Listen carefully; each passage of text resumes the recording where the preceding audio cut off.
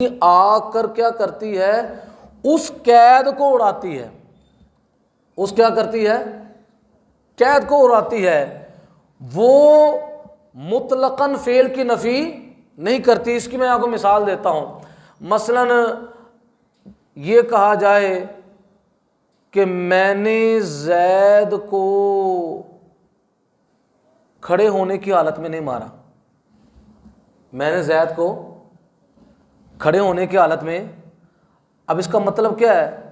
ہر بندہ سمجھتا ہے کہ یہاں پر صرف مارنے کی نفی نہیں ہے بلکہ کس کی نفی ہے؟ کھڑے ہونے کی حالت میں نہیں مارا. ہو سکتا ہے زید بیٹھا اس نے اس کو پینٹی لگا دی. اب یہاں پر کس کی نفی ہو رہی ہے؟ خاص کھڑے ہونے کی نسبت. کیونکہ جس وقت کسی چیز کو ذکر کیا جائے اور وہ چیز کیا ہو؟ مقید ہو. اور جب اس پر نفی داخل ہو وہ آ کر قید کو اڑاتی ہے. اب اس نے آ کر قید کو اڑایا نا کہ میں نے زید کو کھڑا ہونے کی حالت میں نہیں مارا. میں نے زید کو کھڑا ہونے کی حالت میں نہیں مارا. تو یہ ہو سکتا ہے کہ میں نے اس کو جس وقت وہ بیٹھا ہو تو میں نے اس کو پینٹی لگا دی ہو. تو اب یہاں بھی مطلقاً حضور علیہ الصلوۃ والسلام کو پکارنے سے منع نہیں کیا بلکہ ایک خاص پکار ہے اس سے منع کیا ہے. وہ خاص پکار کیا ہے کہ تم رسول اللہ کو اس طرح نہ پکارو جس طرح آپس میں ایک دوسرے کو نام لے کر پکارتے ہو. اب وہ کیا کرتے ہیں؟ اس آیت کو لے کر وہ کہتے ہیں اس سے ہر قسم کے پکارنے کی نفی ہے. ہر قسم کے پکارنے کی. لہذا کسی بھی حالت کے اندر تم رسول کو نہ پکارو. ہم کہتے ہیں عربی گرامر کے اعتبار سے قرآن کی اس آیت سے یہ بات معلوم ہوتی ہے کہ یہاں پر پکارنے کی نفی نہیں ہے بلکہ کس پکار کی نفی ہے؟ خاص پکار ہے کہ جو بندہ آپس میں ایک دوسرے کے ساتھ چلا کر گفتگو کرتا ہے اور کسی کا نام لے کر اس کو پکارتا ہے، ایسے پکارنے سے اللہ تعالیٰ نے منع فرمایا ہے. اور آپ اس سے اندازہ لگائیں کہ میرے آقا علیہ الصلوۃ والسلام کی کتنی شان ہے کہ حضور کا امتی ہو، حضور کی بارگاہ میں بیٹھنے والا ہو. اللہ تعالیٰ نے اس کو بھی ادب کا سلیقہ بیان کیا کہ تم نے میرے محبوب کو عام نہیں سمجھنا. اب اس سے ان لوگوں کا بھی رد ہو جاتا ہے جو یہ کہتے ہیں قل انما انا بشر مثلکم. اے نبی آپ فرما دو میں تمہاری مثل ایک انسان ہوں. تمہاری مثل ہے. اسی آیت کو لے کر کئی لوگوں نے کہہ دیا لہذا فرق کیا ہے؟ ہم چھوٹے بھائی ہیں اور حضور علیہ الصلوۃ والسلام معاذ اللہ ہمارے بڑے بھائی ہیں. اپنی کتابوں کے اندر انہوں نے یہ بات لکھی ہے. اب قرآن پاک کے اندر اللہ کیا فرماتا ہے کہ تم میرے محبوب کو اس طرح نہ پکارو جس طرح آپس میں ایک دوسرے کو پکارتے ہو. اب آپ مجھے بتائیں بڑے بھائی کو نام لے کر پکارا جا سکتا ہے؟ معاشرے کے اندر پکارتے ہیں. لیکن حضور نبی کریم صلی اللہ تعالی علیہ وسلم کی شان کیا ہے؟ نبی علیہ السلام کی شان یہ ہے ان کو نام لے کر پکارنے کی اجازت ہے کہ یا محمد کے الفاظ کے ساتھ خطاب کرتے پکارے. بلکہ علامہ جلال الدین سیوطی رحمۃ اللہ تعالی علیہ اسی آیت کے تحت لکھتے ہیں بل قولو یا حبیب اللہ یا رسول اللہ. یہ والے الفاظ کہے اے اللہ کے رسول، اے اللہ کے حبیب، اے تمام جہانوں کی رحمت، اے خاتم النبیین. یعنی ان القابات سے حضور نبی کریم صلی اللہ تعالی علیہ وسلم کو خطاب کرے. اب یہ حضور علیہ الصلوۃ والسلام کی شان ہے کہ جن کے پکارنے کے آداب بھی اللہ تعالیٰ قرآن پاک کے اندر ارشاد فرماتا ہے. اور اسی طرح حضور نبی کریم صلی اللہ تعالی علیہ وسلم کی عظمت و شان دیکھیں. آپ مجھے بتائیں قربانی کرنا یہ اللہ کی عبادت ہے یا نہیں؟ بولے تو صحیح. قربانی کرنا اللہ تعالیٰ خود قرآن پاک کے اندر ارشاد فرماتا ہے انا اعطیناک الکوثر. اے محبوب ہم نے آپ کو خیر کثیر عطا فرمائی. کیا کریں؟ فصل لربک وانحر. آپ اپنے رب کے لیے نماز پڑھیں اور قربانی کریں. اب قربانی اللہ کا حکم ہے، اللہ کا کیا ہے، اور اللہ تعالیٰ جس چیز کا حکم دے اس کو کرنا کیا ہے، عبادت ہے، اس کو کرنا کیا ہے، اور اس کے کرنے پر کیا ملتا ہے، ثواب ملتا ہے۔ اب یہاں پر قربانی کرنا بے شک کیا ہے، عبادت ہے۔ اب سورہ حجرات کی پہلی آیت کے اندر اللہ تعالیٰ نے اپنے محبوب صلی اللہ تعالی علیہ وسلم کی عظمت و شان کو بیان فرمایا۔ اسی والے سے اللہ فرماتا ہے یا ایھا الذین آمنو، اے ایمان والو، لا تقدموا بین یدی اللہ ورسولہ، اللہ اور اس کے رسول سے آگے نہ بڑھو، اللہ اور اس کے رسول سے۔ اب اس آیت مقدسہ کا شان نزول یہ ہے کہ حضور نبی کریم صلی اللہ تعالی علیہ وسلم کی ظاہری زندگی کے اندر کچھ لوگوں نے حضور نبی کریم صلی اللہ تعالی علیہ وسلم سے پہلے قربانی کر لی۔ کیا کر لی؟ اب آپ مجھے بتائیں قربانی کرنا کیا ہے؟ عبادت ہے۔ اب اگر کوئی کرتا ہے تو یہ بات دماغ میں بھی آتی ہے کہ ایک بندہ اللہ کی عبادت کر رہا ہے، اللہ کے حکم پر عمل کر رہا ہے۔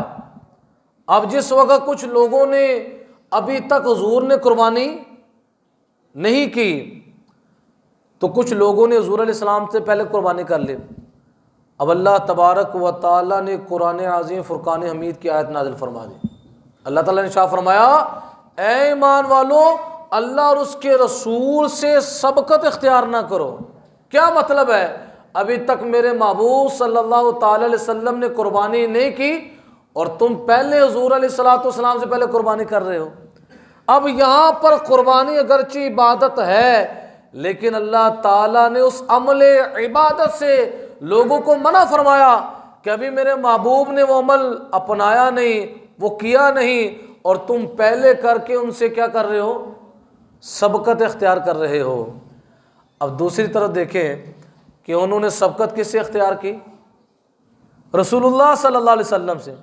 اللہ سے تو نہیں نہ کی، اللہ تو اس چیز سے پاک ہے، اللہ اس چیز سے کیا ہے؟ کیونکہ اللہ معبود ہے، ہم کون ہیں؟ اللہ کے عابد ہیں، عبادت کرنے والے ہیں۔ اللہ تعالیٰ معبود حقیقی ہے، اللہ تعالیٰ نماز پڑھنے سے، عمل قربانی، ان تمام چیزوں سے مبرہ و منزہ ہے۔ اب یہاں پر انہوں نے سبقت کس سے اختیار کی؟ رسول اللہ صلی اللہ علیہ وسلم سے، لیکن اللہ تعالیٰ نے اپنے محبوب صلی اللہ تعالی علیہ وسلم سے پہلے اپنا ذکر فرمایا۔ کیا فرمایا؟ یعنی یہ فرمایا اے ایمان والو، اللہ اور اس کے رسول سے آگے نہ بڑھو۔ حالانکہ بڑے وہ کس سے تھے؟ رسول اللہ سے آگے بڑھے تھے۔ تو اللہ تعالیٰ یہ بتانا چاہتا ہے کہ جو میرے محبوب صلی اللہ تعالی علیہ وسلم سے بڑھتا ہے وہ ایسا ہی ہے جیسے وہ اللہ پر سبقت اختیار کرتا ہے۔ تو اب یہاں پر کتنی عظیم الشان اللہ تعالیٰ نے اپنے محبوب صلی اللہ تعالی علیہ وسلم کی شان کو بیان فرمایا کہ انہوں نے سبقت حضور سے اختیار کی۔ اللہ نے اپنے محبوب کے ساتھ اپنے نام کو بھی ذکر فرما دیا۔ اور اس سے یہ بھی معلوم ہوا، آج کچھ لوگ کہتے ہیں اللہ کے ساتھ اللہ کے رسول کا نام ذکر نہ کرو، شرک ہو جائے گا، برابری ہو جائے گی۔ اب آپ قرآن اٹھائیں، یہی آیت اللہ فرماتا ہے یا ایھا الذین آمنوا لا تقدموا بین یدی اللہ ورسولہ۔ اب اللہ کے بعد کس کا ذکر ہے؟ رسول کا ذکر ہے۔ اب دونوں نام اکٹھے آئے یا نہیں آئے؟ اب پھر کوئی بندہ کہہ دیتا ہے اکٹھے نہیں ہے، درمیان میں واو حرف عطف آیا ہوا ہے، بین یدی اللہ ورسولہ۔ واو نے آ کے فرق کر دیا کہ واو سے پہلے لفظ اللہ ہے اور واو کے بعد کیا ہے؟ کوئی یہ بھی کہہ سکتا ہے نا، آپ کس طرح کہتے ہیں کہ اللہ اور اس کے رسول کا نام اکٹھا آیا ہے، درمیان میں فصل کے لیے کیا آ گیا ہے؟ فاصلے کے لیے واو آ گیا ہے۔ انہی لوگوں کو ہم کہتے ہیں پہلا کلمہ شریف سناؤ، چلے آپ سنا دیں چیوا سے، لا الہ محمد الرسول اللہ۔ اب آپ مجھے بتائیں پہلے کلمے کے اندر اللہ کے ساتھ کون ہے؟ یہ لکھا ہوا ہے، لفظ اللہ کے ساتھ نظر آ رہا ہے محمد؟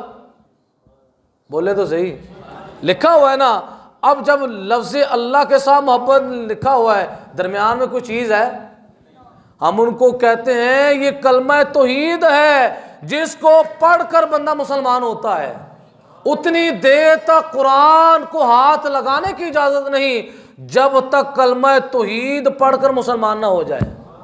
تمہیں واو نظر آ رہا ہے کہ یہاں پر ہمیں واو نظر آ رہا ہے، ہم کہتے ہیں چلو کلمہ طیبہ کے اندر دیکھ لو، کلمہ توحید کے اندر دیکھ لو، وہاں پر اللہ کے ساتھ۔ اور آج تک مجھے بتا دے کسی مسجد کے اندر آپ نے دیکھا ہو کہ لا الہ الا اللہ اوپر ہو اور محمد رسول اللہ؟ کیا خیال ہے؟ جب بھی لکھا جاتا ہے پورا لکھا جاتا ہے لا الہ الا اللہ محمد رسول اللہ۔ اب ان لوگوں کی اپنی سوچ کے مطابق جو ہے یہ کلمہ توحید معاذ اللہ یہ شرک کی دعوت دے رہا ہے کہ وہ کہتے ہیں اللہ کے ساتھ کسی اور کا نام نہ لکھو وگرنہ کیا ہو جائے گی؟ برابری ہو جائے گی۔ تو اللہ تبارک و تعالی نے انہی لوگوں کا رد کرتے ہوئے ایسا کلمہ شریف عطا فرمایا کہ وہ کلمہ ہی ان کے مذہب کو رد کرنے کے لیے کافی ہے۔ تو یہ شان ہے ہمارے آقا علیہ السلام کی کہ لفظ اللہ بندہ بولتا ہے منہ کھل جاتا ہے، بولے لفظ اللہ منہ کھل جاتا ہے، اور جب لفظ محمد کہتے ہیں تو اوپر والا ہونٹ نیچے سے مل کر آپس میں ہونٹ بوسے لیتی ہے۔ آج کہتے ہیں رسول اللہ کے نام پر یہ ناخن کیوں چومتے ہو، انگوٹھے کیوں چومتے ہو؟ ہم کہتے ہیں کہ تم انگوٹھوں پر پابندی لگا رہے ہو، اللہ نے اپنے محبوب کا نام ہی ایسا بنایا ہے کہ بندہ محمد کہے تو دونوں ہونٹ آپس میں ایک دوسرے کا بوسہ لے لیتے ہیں۔ اب درمیان میں محمد کہا جا رہا ہے، نیچے والا ہونٹ کہتا ہے میں نے بوسہ دینا ہے، اوپر والا کہتا ہے میں نے حضور کے نام کو کیا دینا ہے؟ بوسہ دینا ہے۔ یہ اللہ تعالیٰ نے اپنے محبوب علیہ الصلوۃ والسلام کو ایسا زبردست اسم عطا فرمایا کہ جو بندہ حضور کا نام لے گا تو ایک لب دوسرے لب کو کیا دے دے گا؟ بوسہ دے دے گا۔ تو یہ شان ہے میرے آقا علیہ الصلوۃ والسلام کی۔ تو اللہ تعالیٰ فرماتا ہے اے ایمان والو اللہ اور اس کے رسول سے آگے نہ بڑھو۔ اب یہاں پر سبقت سے بھی منع کر دیا، اسی وجہ سے جب حضور چل رہے ہوں حضور کے آگے ہو کر گزرنا جائز نہیں ہے، کیونکہ یہ بھی سبقت کے اندر آتا ہے۔ اس سے کئی مسائل وہ شریعت اسلامیہ کے اندر بیان کیے جاتے ہیں۔ اب سورہ نور کی آیت سے معلوم کیا ہوا کہ حضور علیہ الصلوۃ والسلام کو پکارنا عام پکارنا، بلکہ جب بھی پکارنا ہے اچھے القابات سے پکارنا ہے۔ اچھے جس طرح تم آپس میں ایک دوسرے کو پکارتے ہو، اس پکار سے اللہ نے منع فرمایا ہے، اس پکار سے منع فرمایا ہے۔ اب سورہ حجرات کی آیت نمبر 2 کے اندر اللہ فرماتا ہے یا ایھا الذین آمنوا لا ترفعوا اصواتکم فوق صوت النبی ولا تجہروا لہ بالقول کجہر بعضکم لبعض۔ اللہ تعالیٰ نے 2 چیزوں کا ذکر فرمایا۔ کتنی چیزوں کا؟ یہ بھی اب قرآن ہے۔ اللہ تعالیٰ ہم میں سے کسی کو حج کی سعادت عطا فرمائے، اونچی آواز سے آمین تو کہہ دیں کہ ہم وہاں پر جائیں اور وہاں پر جا کر ان لوگوں کو یہ آیت یاد نہیں آتی کہ رسول اللہ کی سنہری جالیوں پر کھڑے ہو کر اونچی اونچی آواز سے گفتگو کر رہے ہوتے ہیں۔ وہ تو گفتگو اس وجہ سے کرتے ہیں، ان کا عقیدہ یہی ہے کہ حضور علیہ السلام زندہ نہیں ہے۔ ہمارا عقیدہ ہے کہ ہمارے آقا علیہ الصلوۃ والسلام حیات حقیقی کیا ہے؟ جو حیات ہے وہ بھی حقیقی، اور جسمانی کیا؟ روحانی نہیں، جسمانی کے ساتھ اپنے مزار پرانوار کے اندر زندہ ہیں۔ حیات حقیقی جسمانی، یہ لفظ یاد رکھیں۔ اہل سنت کا عقیدہ کیا ہے کہ نبی علیہ الصلوۃ والسلام حیات حقیقی جسمانی کے ساتھ اپنے مزار پرانوار کے اندر زندہ ہیں. کیا ہیں؟ زندہ ہیں.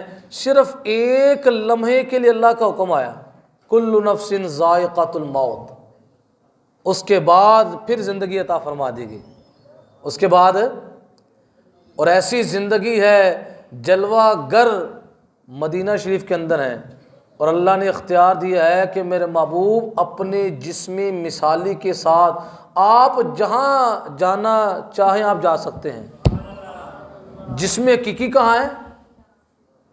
مزار پرانوار کے اندر ہے، اور جسم مثالی کے ساتھ دنیا کے جس مرضی علاقے میں جا سکتے ہیں. اور اس پر کثیر واقعات بھی موجود ہیں کہ نبی علیہ الصلوۃ والسلام آپ اپنے غلاموں کی محفلوں کے اندر جلوہ گر ہیں، اور ہر بندہ مومن کے پاس ہی ظہور ہیں. کیسے ہیں؟ یہ آپ کے دل میں جو ایمان کا نور ہے، یہ میرے آقا علیہ الصلوۃ والسلام کی نگاہ کی تجلی ہے. ہر بندے نے ایک لائٹ لگائی ہوئی ہے، تو یہ لائٹ کب اجاگر ہوتی ہے، کب جلتی ہے کہ جس وقت حضور کی نگاہ پڑے تو وہی بندہ کیا ہو جاتا ہے؟ بندہ مومن ہو جاتا ہے. کیا ہو جاتا ہے؟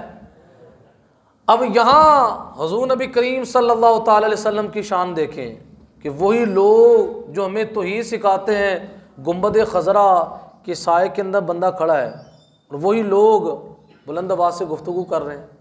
انہیں نہیں پتا کہ رسول اللہ سامنے جلوہ گر ہیں، اور باس و مباحثہ کریں گے. اور کیا جی؟ لوگوں کو توحید سکھا رہے ہیں. لوگوں کو کیا سکھا رہے ہیں؟ عقیدہ توحید سمجھا رہے ہیں. اور کیسی عجیب بات ہے کہ ایسے یہ توحیدی ہیں، کلمہ یہ پڑھتے ہیں آل سعود کا، کیونکہ ریال ملتے ہیں. ان سے پوچھا جائے میرے آقا علیہ السلام کی سنت تو امامہ شریف پہننا ہے، یہ لال رومال کہاں سے آ گیا؟ لال رومال کہاں سے آ گیا؟ تو لال رومال کس کا طریقہ ہے؟ آل سعود کا. اور میرے آقا علیہ السلام نے فرمایا عرب کی عزت اتنی دیر تک رہے گی جب تک وہ امامہ شریف پہنیں گے. حضور نے فرمایا جب وہ امامہ اتار دیں گے وہ اپنی عزت کو اتار دیں گے. تو آج آل سعود کی اتباع کے اندر کیا کیا جا رہا ہے؟ یہ بدعت نہیں ہے، یہ بدعت نظر نہیں آتی. لال رومال کسی صحابی سے ثابت کر کے دکھائیں کہ اس نے لال رومال پہنا ہو. صحابہ کرام علیہم رضوان نے حضور کی سنت کے مطابق کیا پہنا؟ اونچی آواز سے بولیں، کیا پہنا؟ امامہ شریف پہنا. اور میرے آقا علیہ الصلوۃ والسلام کی سنت بھی امامہ شریف پہنا ہے. تو اب یہاں پر اللہ دیکھیں قرآن کے اندر کیا فرماتا ہے، اور یہ آیت سنہری جالیوں پر بھی لکھی ہوئی ہے. آپ سنہری جالیوں کے قریب سے گزریں، وہاں بھی یہ آیت لکھی ہوئی ہے کہ اللہ فرماتا ہے یا ایھا الذین آمنو. اور اس کا پھر مطلب ہے کہ یہ خطاب بھی ایمان والوں کو ہے. کس کو ہے؟ کیا؟ لا ترفعوا اصواتکم فوق صوت النبی، اپنی آوازوں کو نبی علیہ الصلوۃ والسلام کی آواز پر بلند نہ کرو. اپنی آوازوں کو نبی علیہ الصلوۃ والسلام کی آواز پر بلند. ولا تجہروا لہ بالقول، اور ان کے حضور بات چلا کر نہ کہو. دو باتیں ہیں. فرمایا جا رہا ہے کہ جب تم محبوب صلی اللہ علیہ وسلم کی بارگاہ اقدس کے اندر موجود ہو، تمہاری آواز میرے نبی کی آواز پر بلند نہیں ہونی چاہیے. ایک بات. دوسری ہے یہ اس وقت ہے کہ جب نبی علیہ السلام اور امتی کلام کر رہا ہو. امتی کی آواز کیا ہونی چاہیے؟ پست ہونی چاہیے. اور نبی علیہ الصلوۃ والسلام کی آواز پر بلند. اور دوسرا ہے کہ نبی علیہ السلام اس مجلس میں ہوں، حضور کلام نہ کر رہے ہوں، وہ امتی کسی اور سے بات کر رہا ہو، کسی اور سے کیا کر رہا ہو، تو اس وقت بھی اللہ فرماتا ہے کہ تم نے ادب کو پیش نظر رکھنا ہے کہ چلا چلا کر اس طرح بات نہیں کرنی جس طرح تم آپس میں ایک دوسرے سے بات کرتے ہو.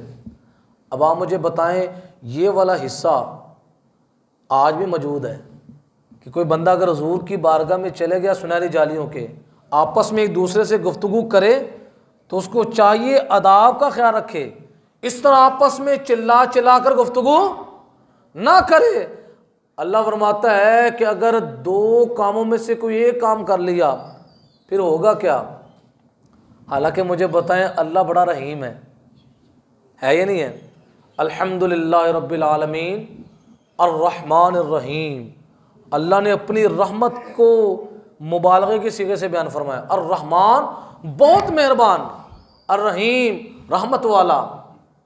اللہ تبارک و تعالیٰ نے جگہ بہ جگہ اپنی رحمتوں کا تذکرہ فرمایا، لیکن جو محبوب کی گستاخی اور بے ادبی کر بیٹھے اللہ کیا فرماتا ہے؟ ان تحبط اعمالکم، اللہ تمہارے سارے اعمال کو ضائع کر دے گا۔ یہ نہیں فرمایا ان تحبط عملکم، تمہارے کسی ایک عمل کو ضائع کر دے گا۔ اعمال یہ جمع ہے، فرمایا کہ تو نے زندگی کے اندر نمازیں پڑھی ہوں گی، حج کی ہوں گی، زکاتیں دی ہوں گی، لوگوں کے ساتھ بھلائی والے کام کیے ہوں گے، بہت زیادہ نیکیوں کا ذخیرہ اکٹھا کیا ہوگا، جمع کیا ہوگا۔ اللہ فرماتا ہے کس وجہ سے ضائع کروں گا؟ نبی علیہ الصلوۃ والسلام کی بے ادبی کی وجہ سے۔ اب آپ مجھے بتائیں بندے نے عبادت کی، اتنی محنت کی، اور رسول اللہ صلی اللہ علیہ وسلم کی بے ادبی کی وجہ سے سارے اعمال ضائع ہو گئے۔ سارے اعمال کیا ہو گئے؟ اور آگے اللہ فرماتا ہے ایک چیز ضائع ہو نا، بندے کو پتہ چل جائے تو بندہ فکر مند ہوتا ہے، یار میں دوبارہ وہ کام کروں گا، پھر دوبارہ اس چیزوں کو کیا کر لوں گا؟ جمع کر لوں گا۔ اور ایک ضائع ہونے کا انداز یہ ہے کہ اس طریقے سے ضائع ہو کہ بندے کو پتہ نہ ہو۔ جب بندے کو پتہ نہ ہو یہ چیز ضائع ہو گئی ہے تو وہ اس کے لیے تیاری کرے گا، وہ یہی سمجھے گا وہ چیز سیو پڑی ہوئی ہے، وہ محفوظ ہے۔ اب اللہ تعالیٰ نے یہاں پر یہ فرمایا کہ تمہارے نیکی والے جو اعمال ہیں وہ اس طرح ضائع کروں گا، تمہیں پتہ بھی نہیں ہوگا، تم یہی سمجھو گے کہ میں نے 10 حج کیے ہیں، وہ میرے اکاؤنٹ کے اندر پڑے ہوئے ہیں، میں نے اتنے لوگوں کے ساتھ خیر خواہی والا معاملہ کیا، اتنی میں نے نمازیں پڑھی، تمہیں اپنے اعمال وہ نظر آ رہے ہوں گے کہ میں نے یہ اعمال کیے ہیں، لیکن رسول اللہ کی بے ادبی کی وجہ سے اللہ ان اعمال کو اس طرح ضائع کرے گا، اس طرح اکارت کر دے گا، اللہ فرماتا ہے تمہیں پتہ بھی نہیں چلے گا۔ جب پتہ نہیں چلے گا قیامت والے دن وہی بندہ حاضر ہوگا اور کہے گا یا اللہ میں نے فلاں کام کیا ہے، وہ فلاں کام کیا ہے۔ اللہ فرمائے گا کہ تم نے میرے محبوب کی ایک بے ادبی کی تھی، اور میرا فرمان ہے کہ جو میرے محبوب کی بے ادبی کرتا ہے میں اس طرح اس کے اعمال کو ضائع کرتا ہوں اس کو کانوں کان خبر بھی نہیں ہوتی۔ آپ کس چیز کا مجھ سے سوال کر رہے ہو؟ یعنی بے ادبی ایسی بری چیز ہے کہ جس سے اللہ تبارک و تعالی انسان کی زندگی سے نیکیوں کو خالی کر دیتا ہے۔ نیکیوں کے کیا کر دیتا ہے؟ اب اسی بے ادبی کے حوالے سے میں آپ کو بتا رہا ہوں، آج بھی اگر ہم کوئی بے ادب ہے، بے ادب کے ساتھ سخت لہجہ اختیار کرنا یہ قرآنی حکم ہے، یہ قرآنی انداز ہے۔